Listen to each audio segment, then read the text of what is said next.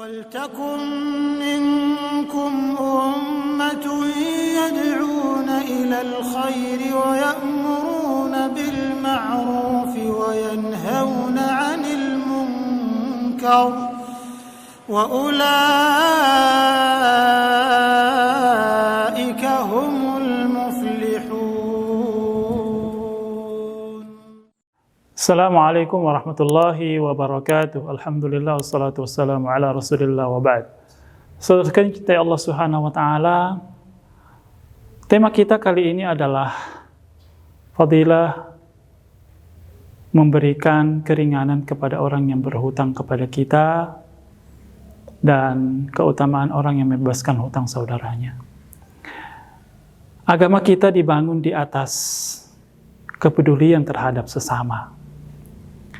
Dan sangat menganjurkan dalam kehidupan kita untuk senantiasa berpikir untuk meringankan beban sesama.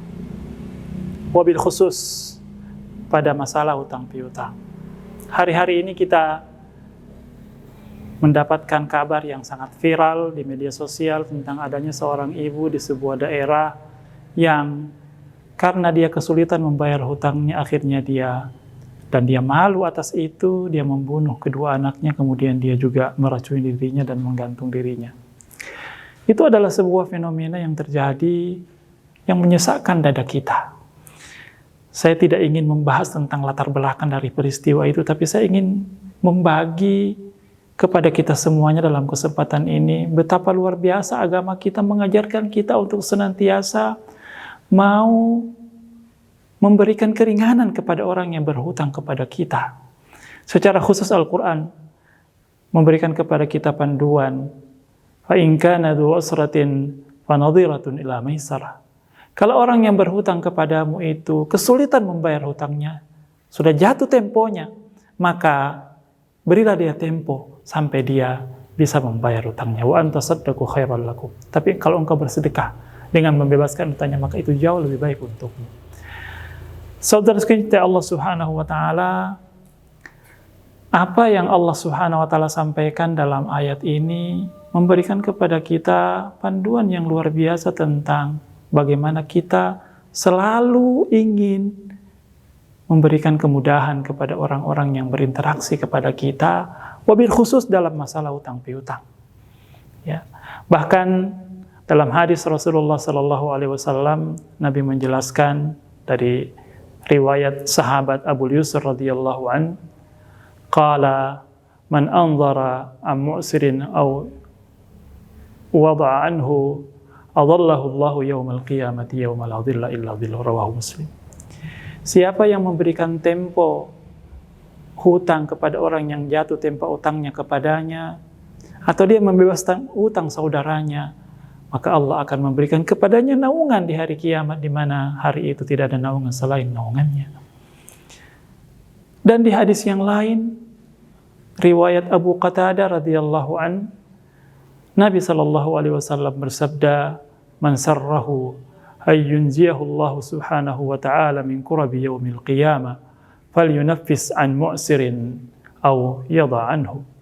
Siapa yang ingin digembirakan di hari kiamat dengan dibebaskan atau diselamatkan dari kesempitan di hari kiamat, maka hendaklah dia memberikan tempo kepada orang yang hutangnya jatuh tempo kepadanya, atau dia membebaskan hutang saudaranya itu.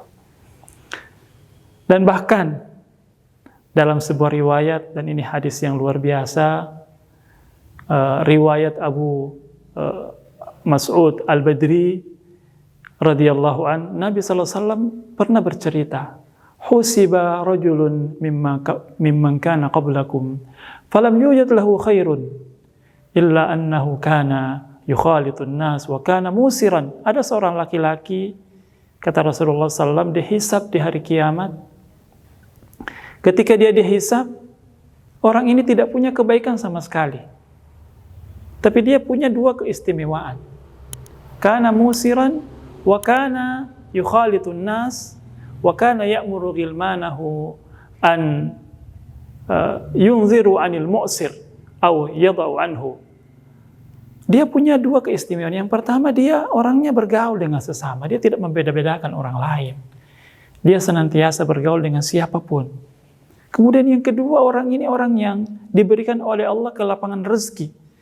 Sehingga cukup banyak orang yang datang berhutang kepadanya. Lantas dia mengatakan kepada bawahannya, stafnya, kalau ada orang yang kesulitan, betul-betul kesulitan untuk membayar hutangnya, maka beri lagi dia tempo sampai dia mudah untuk melunasi hutangnya. Atau kalau sama sekali tidak bisa, maka bebaskanlah dia dari hutang-hutangnya itu.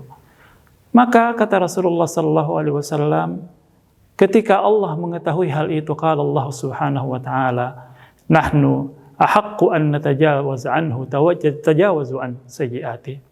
Atau kama qala Rasul sallallahu alaihi wasallam. Ketika Allah mengetahui hamba ini tidak punya kebaikan tapi dia punya keistimewaan seperti itu, ya, maka Allah Subhanahu wa taala berkeputusan kita lebih wajib, lebih berhak untuk mengampuni, membebaskan orang-orang ini daripada dia membebaskan hutang orang lain. Allahu Akbar. Itulah fadilah yang dijelaskan oleh Nabi SAW untuk orang yang senantiasa mudah dalam muamalah ekonominya. Dia tidak mendasari muamalah ekonominya itu dengan semangat eksploitasi, sebagaimana yang banyak terjadi sekarang ini. Ketika orang memberikan hutang, yang diinginkan dari hutang itu adalah keuntungan, ya, atau dia tidak mau rugi sedikit pun ketika dia memberikan hutang kepada orang lain. Padahal dalam Islam yang perlu kita ketahui bahwa yang namanya memberikan hutang itu yang dihidupkan adalah semangat membantu orang lain, semangat meringankan beban orang lain, sehingga kalau dalam kondisi tertentu orang itu akhirnya kesulitan membayar hutangnya padahal sudah jatuh tempo, maka yang mesti dilakukan, yang sebaiknya dilakukan adalah memberikan tempo ulang sampai dia mampu membayarnya. Bahkan yang jauh lebih afdal dari itu adalah bebaskan dia dari hutang-hutangnya, sehingga dengan itu fadilah yang didapatkan adalah Allah memberikan naungan di hari kiamat. Allah Subhanahu wa taala membebaskan kita dari kesulitan-kesulitan di hari kiamat, dan akhirnya kita nanti di hari kiamat itu menjadi orang-orang yang beruntung. Dan jangan sampai yang terjadi, dan itu yang banyak terjadi, seseorang itu motivasinya memberikan hutang bukan karena ingin membantu, tapi ingin mengeksploitasi. Tapi ada juga satu yang ingin saya ingatkan. Dalam agama kita dididik untuk tidak mudah berhutang. Ya. Bahkan ahli hikmah mengatakan, iyyakum wad-dain, jauhlah oleh kalian berhutang. Ya, fa inna ad-daina hammun bil-laili wa madallatun bin-nahar. Karena sesungguhnya yang namanya hutang itu mengambil pikiran kita di malam hari, menggelisahkan kita di malam hari, dan membuat kita malu di siang hari. Itulah yang dirasakan oleh orang-orang yang berhutang. Dia merasa hina di siang hari ketika ketemu kepada orang-orang yang dia berhutang padanya, sementara dia belum sanggup membayarnya, dan dia menjadi kegelisahan, sumber kegelisahan di malam hari. Sehingga sedapat mungkin kita perjuangkan kehidupan kita ini tidak berhutang.